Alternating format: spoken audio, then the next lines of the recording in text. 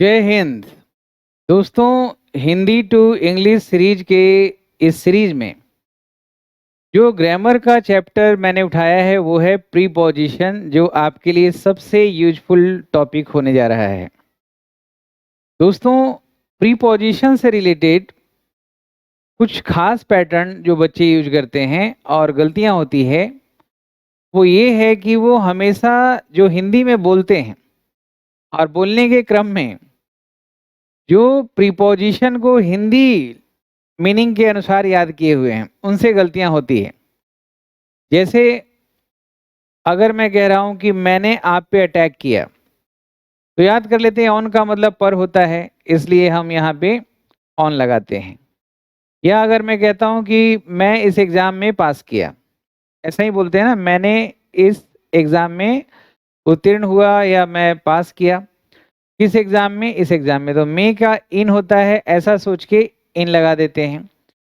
तो कई बार टेक्निकल गलतियां आप करते हैं। जैसे अगर मैं कहूं कि श्रीलंका भारत के दक्षिण में है, तो इन का मतलब में होता है, तो इन लगा दो। टेक्निकल गलती कर रहे हैं। क्या गलती हो रहा है? एक एक गलती को हम आपके सामने रखेंगे हिंदी वाक्य के साथ, ताकि सहजता के साथ आप चीज़ों को एसिमिलेट करें और एक एक करके पूरे तरीके से जो आप गलतियां अभी तक करते आ रहे हैं वो सबको हम रेक्टिफाई कर पाएं। यानी कि गलतियों के लिए कोई गुंजाइश ना हो प्रीपोजिशन से रिलेटेड। और हिंदी टू इंग्लिश ट्रांसलेशन का ये जो सीरीज चल रहा है ये इक्वली इंपॉर्टेंट है, बोलने के लिए भी, लिखने के लिए भी। और common error, sentence improvement, fill in the blanks, किसी भी लेवल का कॉम्पिटिशन्स की आप तैयारी कर रहे हैं, चाहे एसएससी हो ग्रेजुएट लेवल का, या आप तैयारी कर रहे हैं सीपीओ का या यूपीएससी का या पीसीएस या सीएपीएफ का या सीडीएस का या डिफेंस के कोई भी एग्ज़ाम, एयरफोर्स, नेवी, या उसी तरह से कोई और प्रोफेशनल जगह पे आप हैं, गवर्नमेंट ऑफिसेज में हैं, हर जगह आपको मेरा जो पढ़ाई है आपके लिए यूज़फुल साबित होगा और हो रहा होगा। तो आज दोस्तों हम इसी टॉपिक को, प्रीपोजिशन को, ये सेकेंड क्लास है आपका प्रीपोजिशन के ऊपर, इसको हम आगे लेके चलते हैं। जैसे आज का टॉपिक मैंने उठाया है इन, तो इसमें हम बात करेंगे इन का यूज, यानी कि कोई भी प्रीपोजिशन का यूज करते हैं। जैसे पिछले क्लास में हमने ऑन के बारे में पढ़ा था, तो कोई भी प्रीपोजिशन जब आप यूज करते हैं दोस्तों, तो प्रीपोजिशन का यूज लोकेशन के लिए होता है, तो वो एब्स्ट्रैक्ट लोकेशन भी और फिजिकल लोकेशन भी। एब्स्ट्रैक्ट लोकेशन है इनटेंजिबल लोकेशन, जिसको हम छू नहीं सकते, उसके लिए भी करते हैं, और जो कॉन्क्रीट है, फिजिकल है, जिसको हम टच कर सकते हैं, उनके लिए भी कर सकते हैं। जैसे अगर मैं कह रहा हूं कि I have good command on English grammar, तो ऑन यहाँ पे एब्स्ट्रैक्ट लोकेशन के लिए आया है, क्योंकि ग्रामर को तो टच नहीं कर सकते। और बुक ऑन द टेबल यहाँ पे कॉन्क्रीट लोकेशन है। तो ऑन हो, इन हो, एट हो, या जो भी प्रीपोजिशन है, वो दोनों तरह के लोकेशन के लिए आप यूज करते हैं।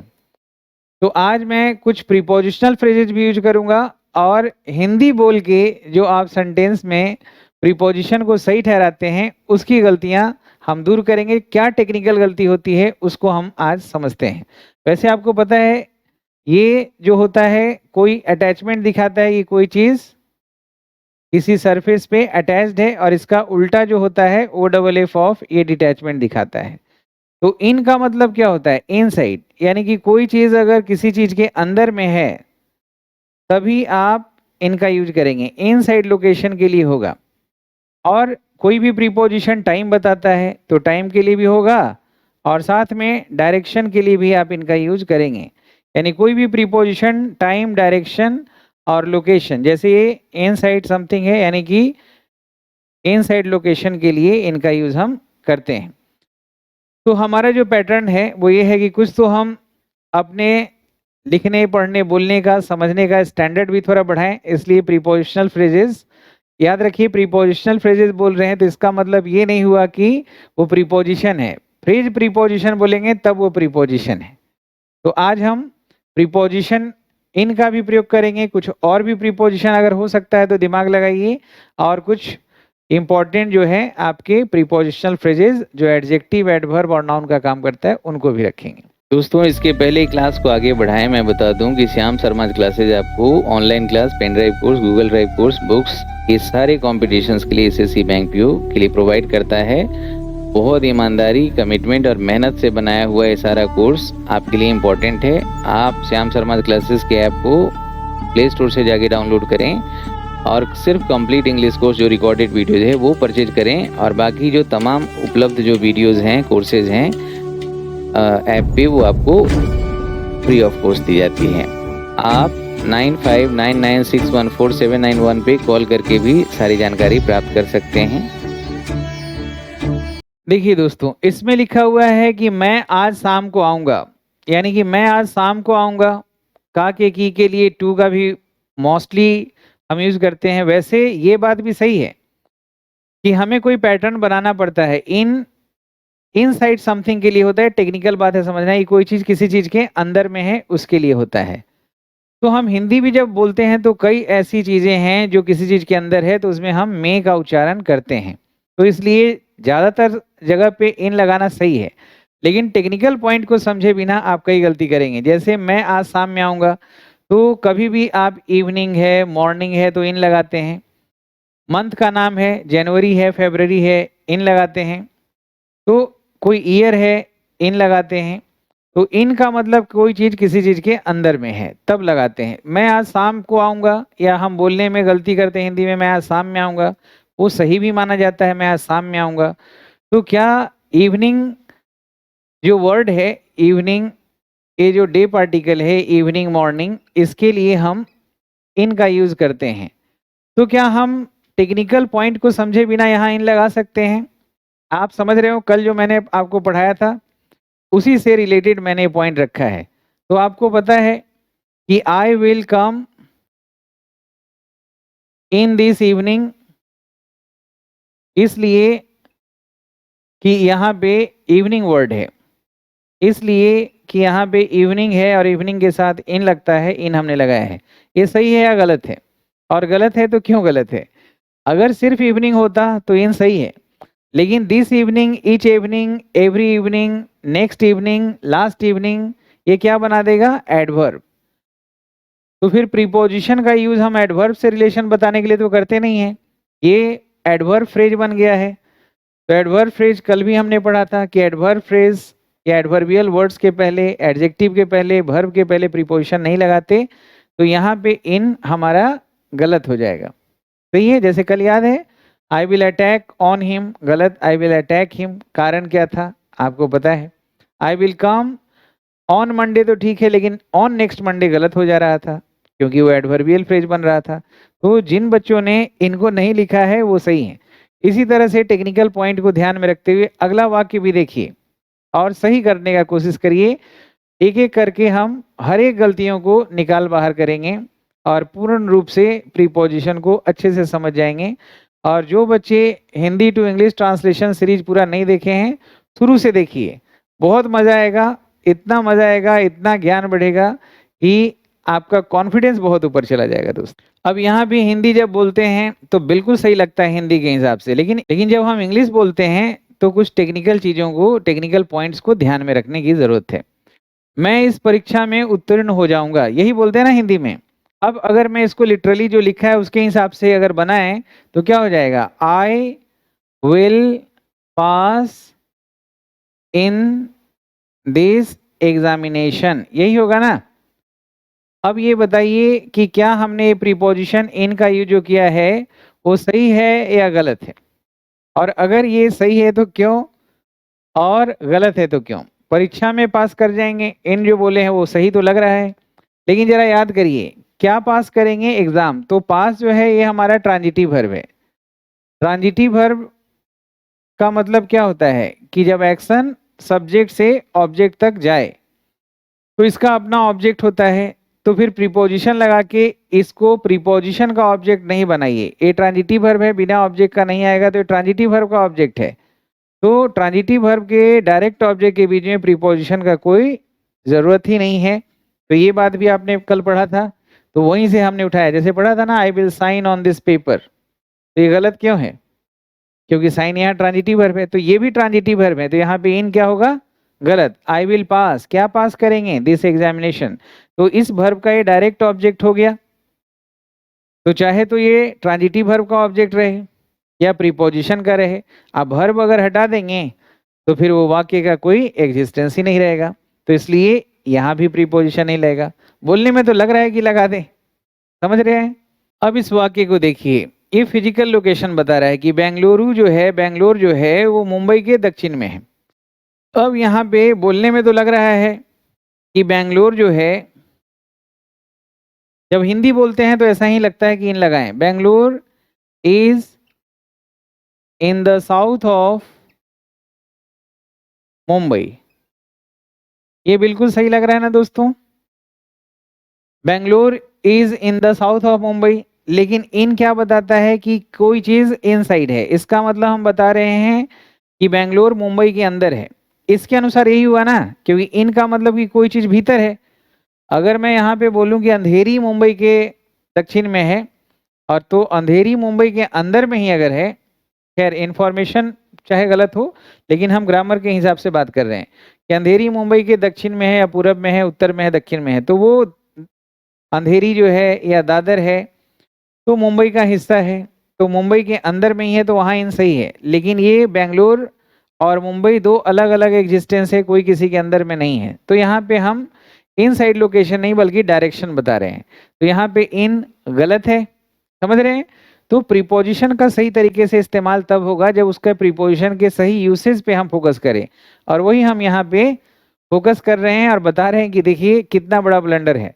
अब इसके अनुसार हुआ कि बेंगलोर जो है कहीं और नहीं, मुंबई के अंदर में ही, मुंबई का ही कोई लोकेलिटी है, जो बिल्कुल फैक्चुअली गलत हो जाएगा। समझ में आ रही है बात? तो इस तरह के कुछ और वाक्य देखिए और देखिए कि कैसे प्रीपोजिशन की गलतियों से बचें और सही तरीके से प्रीपोजिशन का इस्तेमाल करके अपने आप को एकदम दुरुस्त करें। इस वाक्य को फिर से पढ़िए और कौन सा प्रीपोजिशन लेगा। यहाँ पे पढ़ने से ये पता चल रहा है कि वह थाली में चम्मच से खाया था, वह थाली में चम्मच से खाया था। तो he ate in the plate by the spoon, ate in the plate by a spoon. ये प्लेट नाउन है, स्पून नाउन है, यहाँ पे हमने द लगाया, यहाँ लगाया, ये आर्टिकल्स का विषय है, लेकिन यहाँ पे हमने प्रीपोजिशन इन और बाई लिखा है। ये दोनों बोलने में तो सही लग रहा है कि he ate in the plate by a spoon, समझ में भी आ रहा है, लेकिन गलती है। कैसे? इसका संबंध एक नाउन का या प्रोनाउन का दूसरे नाउन प्रोनाउन से बताते हैं। तो क्या हम ये बता रहे हैं कि वह प्लेट के अंदर में है? नहीं है ना। तो इन साइड के लिए होता है, इन साइड लोकेशन बताता है कि एक चीज दूसरे चीज के अंदर में है। जैसे I am in the room, यानी मेरा लोकेशन एग्जैक्टली पता चल रहा है ना कि मैं कहाँ हूँ, रूम के भीतर में हूँ। I am at the gate, मैं गेट पर हूँ। आई एम आउटसाइड गेट, समझ रहे हैं? एक लोकेशन पता चल रहा है कहाँ पे है। तो बोलिए वो प्लेट में है? नहीं। तो हमें सही क्या बोलना है कि प्लेट में कोई भी खाने वाली सामग्री है, वहां से उठा के खा रहा है, सेपरेशन है। तो he ate from the plate या he ate O double F of the plate, ये दोनों सही हो जाएगा। अच्छा, बाई डूअर के लिए होता है, ये इंस्ट्रूमेंटल जब भी यूज करते हैं तो बाई की जगह पे विद होना चाहिए। तो यहाँ पे एक और गलती हुआ था, तो यहाँ पे फ्रॉम या ऑफ, या यहाँ पे विद। इंस्ट्रूमेंट जैसे स्पून है, छुरी है, सोड है, तलवार है, या छड़ी है, बैटन डंडा है। तो कभी भी इंस्ट्रूमेंटल चीज के लिए फोक यूज कर रहे हैं, क्या यूज करेंगे? विद। तो बोलने में लगता है कि आपके घड़ी में कितना समय हुआ है, तो what is time in your watch, घड़ी में कितना समय हुआ है। लेकिन वहां पे टेक्निकलिटी अगर समझते हैं तो यहाँ पे हो जाएगा what is time by your watch. समझ रहे हैं? तो कहाँ पे यूज करना है ये तो समझना बहुत जरूरी है, और कहाँ पे यूज नहीं करना है ये तभी आप यूज कर पाएंगे जब आप सही तरीके से कॉन्सेप्ट क्लियर है कि प्रीपोजिशन का काम, जब हमने डिफिनीशन पढ़ लिया कि प्रीपोजिशन का काम एक नाउन का दूसरे नाउन से संबंध बताना है। हाँ, ये बात जरूरी है कि संबंध पे असर जो डालता है वो वर्ब, एडजेक्टिव और एडवर्ब ही डालता है। अब वर्ब भी देखना है कि स्टेटिव है कि एक्शन वाला है कि क्या है। जैसे ही इज गोइंग टू मुंबई, यहाँ पे गोइंग है तो टू लगा, अगर हम वर्ब यहाँ बदल दें तो संबंध बदल जाएगा, he is coming from Mumbai हो जाएगा। ही और मुंबई का ही संबंध दिखा रहे हैं। वर्ब बदल दें, लिव्स कर दें तो ही लिव्स इन मुंबई, समझ रहे हैं कि नहीं। और अगर हम यहाँ स्टेड कर दें कि वह कुछ समय के लिए रुका तो यहाँ स्टेड एट मुंबई हो जाएगा। यानी वर्ब बदल रहा है तो बदल रहा है ना प्रीपोजिशन। इसका मतलब प्रीपोजिशन हो या एडवर्ब हो या नाउन हो या प्रोनाउन हो, एडजेक्टिव हो या कोई भी चैप्टर ग्रामर का पढ़ रहे हैं या आर्टिकल्स पढ़ रहे हैं या मॉडिफायर या मूड या वॉइस या नरेशन, आपको सबसे पहले गुरु को ये ध्यान रखना है कि उसका डिफाइन करे, अच्छे से उसको समझाए कि इसका एक्चुअल यूसेज क्या है, अब सही क्या है गलत क्या है, ये चीजों में पढ़ना बहुत बात का विषय है। सबसे पहले अगर हम मूड पढ़ रहे हैं तो पहले डिफाइन तो करो मूड है क्या, नारेशन का डिफिनीशन क्या है, पहले वो जानना है, ना कि नरेशन पढ़ाना शुरू कर देना है। वॉइस का डिफिनीशन क्या है एक्चुअली, टेंस का डिफिनीशन क्या है, एक्चुअल डिफिनीशन जो प्रैक्टिकल डिफिनीशन है, उनको समझना बहुत जरूरी है और समझाना जरूरी है। और नहीं तो उसके बिना क्या है कि अगर पैटर्न आपका अच्छा नहीं है तो कैसे आउटपुट अच्छा होगा। रिजल्ट अच्छा तभी आएगा जब पैटर्न अच्छा है। अब पैटर्न अगर गलत है, अगर गलत रास्ता है, मतलब रास्ता तो अपने आप में सही है, लेकिन जो रास्ता जहां को जाता है वहीं जाएगा ना। अगर आपने गलत रास्ता को पकड़ा है तो आउटपुट उसी हिसाब से आपको डेस्टिनेशन मिलेगा, मंजिल मिलेगा। तो ये बेहद जरूरी है कि जब हम ग्रामर पढ़ें तो ये बहुत ही ज्यादा जरूरी है कि आप एक एक जो पार्ट्स ऑफ स्पीच है उसका एक्चुअल डिफिनेशन उसके प्रैक्टिकल यूसेज के हिसाब से पढ़ें। अब जैसे एक किसी का फोन आज आया था या ऐसे बार बार आता रहता है कि सर आप कुछ ऐसे वीडियोस नहीं बनाए हैं जिसमें जैसे दो वर्ड एक जैसा लगता है उसके यूसेज में लेकिन डिफरेंस होता है। तो इस पे मैंने 40 वीडियो बनाया हुआ है ऐप के अंदर, जो आप देख सकते हैं। जैसे आंसर, रिप्लाई, रिस्पॉन्ड सब एक ही हैं। जैसे एडवाइस बोलते हैं और सजेशन बोलते हैं, दोनों का हिंदी तो एक है लेकिन यूसेज में तो कुछ फर्क है ना। जैसे डिनाई और डिक्लाइन बोल देते हैं या रिफ्यूज बोल देते हैं, रिफ्यूट बोलते हैं, तो एक ही लगता है लेकिन फर्क है। अल्ट्रुइस्टिक और अल्ट्रुइस्ट बोल रहे हैं तो दोनों में फर्क तो है।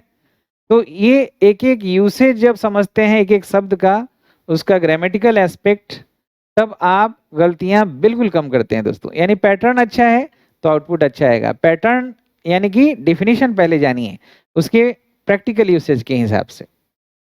चलिए, तो ये वाक्य समझ में आ गया। अगला वाक्य देखिए और सही प्रीपोजिशन लगाइए। देखिए दोस्तों, यहाँ पे लिखा हुआ है कि मैं हमेशा काली स्याही से लिखता हूँ, सही है।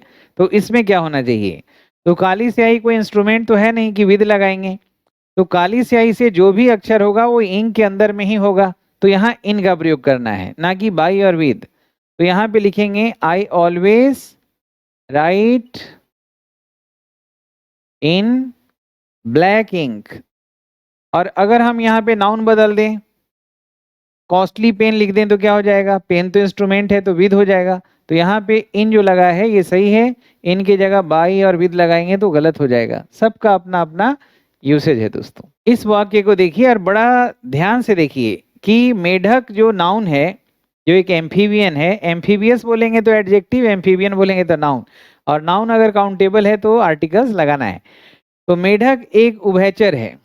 मैं आपको एक 3 घंटे का आर्टिकल्स पे वीडियो दूंगा कल परसों में, और उस पूरे वीडियो को देखिएगा, आपको आर्टिकल से रिलेटेड मैक्सिमम सवाल का जवाब मिल जाएगा। और कुछ बच गया तो पूछिएगा, मैं जवाब देने का प्रयत्न करूंगा अलग से वीडियो बना के। मेढक एक उभयचर है और यह यानी मेढक जल और जमीन दोनों पर रहता है। तो मेढक का संबंध हम किससे दिखा रहे हैं, संबंध दिखाने का काम दो नाउन के बीच में प्रीपोजिशन का है। तो मेढक का संबंध हम जल से भी दिखा रहे हैं और जमीन से। तो दोनों के दो चीज से संबंध दिखा रहे हैं और दोनों के लिए अलग अलग प्रीपोजिशन अगर लगता है तो दोनों के लिए अलग लगाना है, ओमिट नहीं करना है। और अगर एक से ही काम चल जाए, जो यहाँ पे नहीं चलेगा, तो एक से भी काम चल जाए तो फिर लगाने की जरूरत नहीं है। जैसे दो वर्ब अगर हम जोड़ रहे हैं एंड से, और दोनों वर्ब का फॉर्म ऐसे है कि एक हेल्पिंग वर्ब से काम नहीं चलेगा तो दोनों लगाना पड़ेगा, और एक से काम चल जाए तो चला दीजिए। तो ये पूरे तरीके से समझने का प्रयास करिएगा। तो मेढक एक उभयचर है, तो हम यहाँ पे कहेंगे कि a frog is an amphibian. A frog is an amphibian.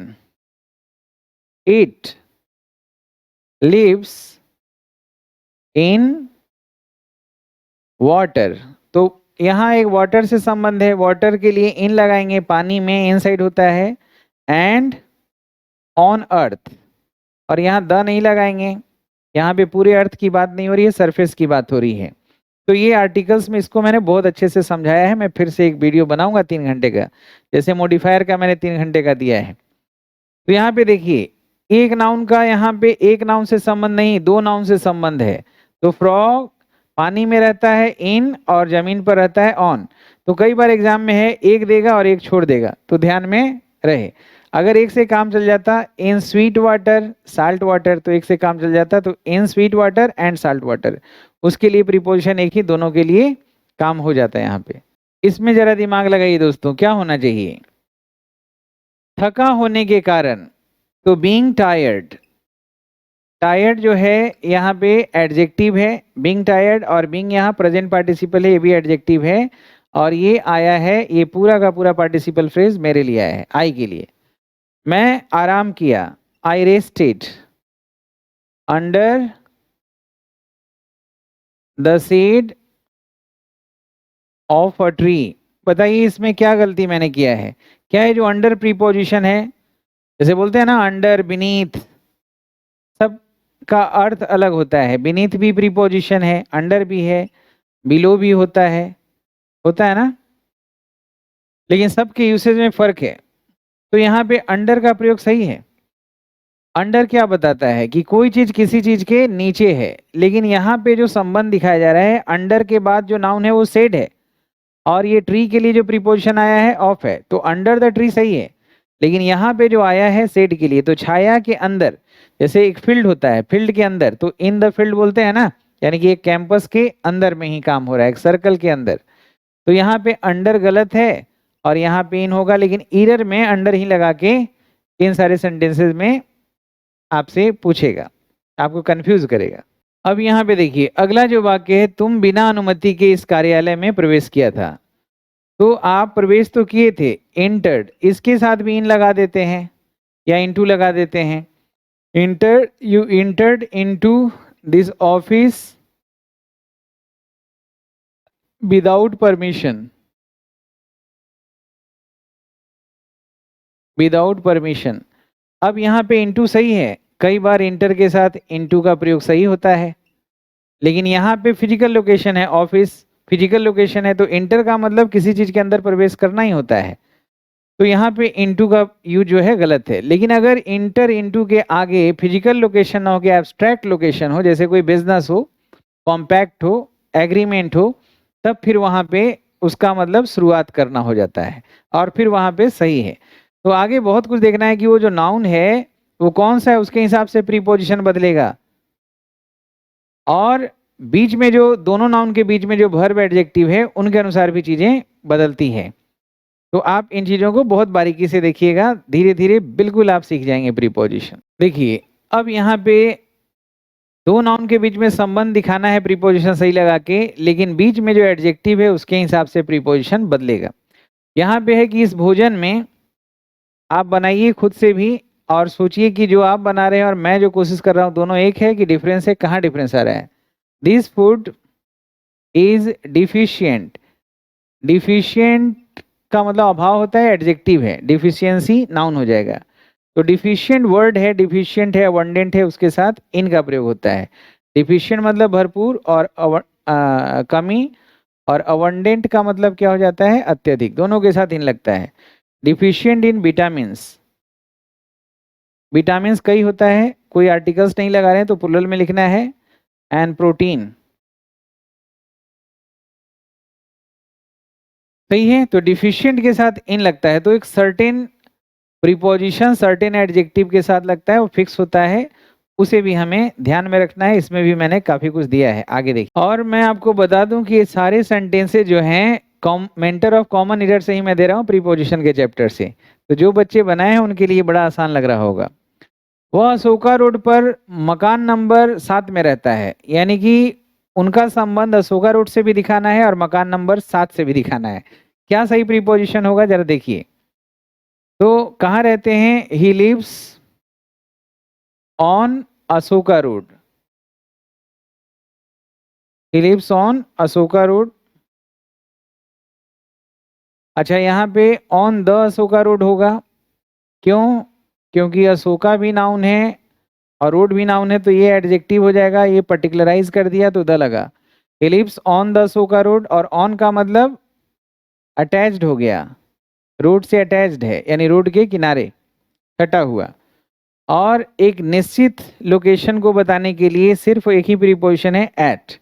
तो एट हाउस नंबर 7, ये हमारा सही है। तो यहाँ पे इनका संबंध हम किससे बता रहे हैं? हाउस से और रोड से। तो रोड के लिए ऑन लगाया हमने और ये एट लगाया, तो प्रीपोजिशन से संबंध पता चलता है। अगर मैं यहाँ पे ऑन की जगह ओ डबल एफ ऑफ बोल देता तो क्या हो जाता कि रोड से थोड़ा दूर पे रहते हैं। तो सही संबंध जानने के लिए तो प्रीपोजिशन का ही प्रयोग सीखना पड़ेगा ना। ठीक है, आगे बढ़ें। बन रहा है? मजा आ रहा है कि नहीं?